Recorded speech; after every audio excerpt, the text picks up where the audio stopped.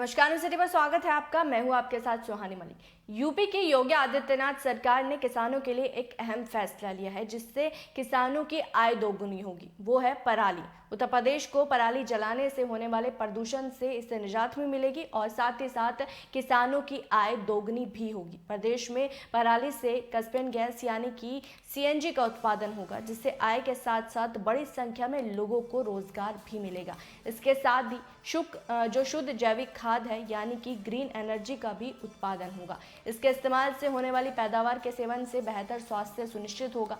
दरअसल सीएम योगी आदित्यनाथ सरकार ने प्रदेश में जैव ऊर्जा को प्रोत्साहित करने के लिए जैव ऊर्जा नीति 2022 को जारी किया था। इस नीति के तहत बड़े पैमाने पर निवेश का लक्ष्य रखा गया। कई बड़े निवेशकों ने ग्लोबल इन्वेस्ट समिट में प्रदेश सरकार के साथ एमयू भी किया जो अब धरातल पर उतरने जा रहा है। योगी सरकार ने हर तहसील में बायोगैस प्लांट का लक्ष्य रखा है जिससे कुछ जल्द ही लोगों के लिए तैयारी भी शुरू कर दी है। विभाग से मिली जानकारी के अनुसार जो प्लांट शुरू होने को तैयार है उनमें बुलंदशहर का बुलंद बायोगैस भी है जिसकी स्थापना ग्राम लोगा तहसील में हुई है और वही और भी प्लांट है जो अब 21 करोड़ रुपए हो गई है। ये प्लांट दिसंबर में अपना उत्पादन शुरू कर देगा। इस प्लांट से प्रतिदिन 3 टन सीएनजी का उत्पादन होगा जिससे प्रदेश में पेट्रोल डीजल पर निर्भरता कम होगी। वहीं 80 से 100 लोगों को रोजगार भी मिलेगा जिसमें रिस्क और अनरिस्क दोनों तरह के लोगों को रोजगार प्राप्त होगा।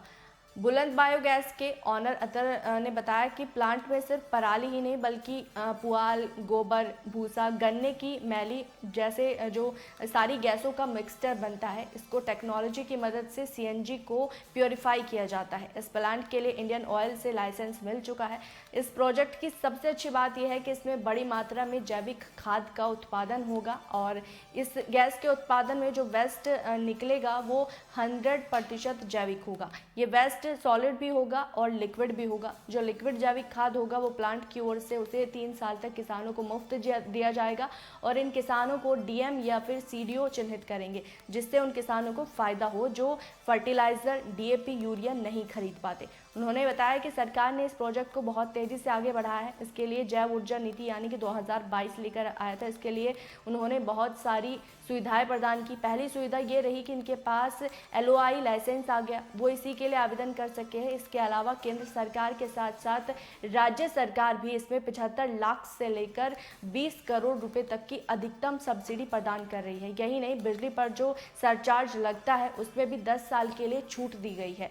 स्टाम्प ड्यूटी में भी 10 साल तक के लिए छूट दी गई है। तो वही लैंड डेवलपमेंट चार्जेस को भी 10 साल तक के लिए निःशुल्क कर दिया गया है। कृषि के जानकार बताते हैं कि जैविक खाद और लिक्विड खाद को ये फायदा है कि खेती उपजाऊ जमीन में फर्टिलाइजर खादों की एक मोटी लेयर बिछ जाती है। वो पेड़ पौधों की जड़ों तक पहुंचने में समय लगता है। वहीं जैविक खाद को इसमें डालेंगे तो 2 से 3 घंटे में ही जड़ तक पहुंच जाएगी जिससे किसानों को तो फायदा होगा ही, साथ ही साथ आम लोगों को भी जैविक जो शुद्ध फूड है वो मिल सकेगा, शुद्ध खाने पाने को मिलेगा और साथ ही साथ इससे किसानों की जो आय है वो भी दोगुनी होगी। तो इस रिपोर्ट पर आपकी क्या राय है, आपको क्या लगता है, जरूर कमेंट बॉक्स में बताएगा। मेरे साथ फिलहाल इतना ही, मुझे दीजिए इजाजत। नमस्कार।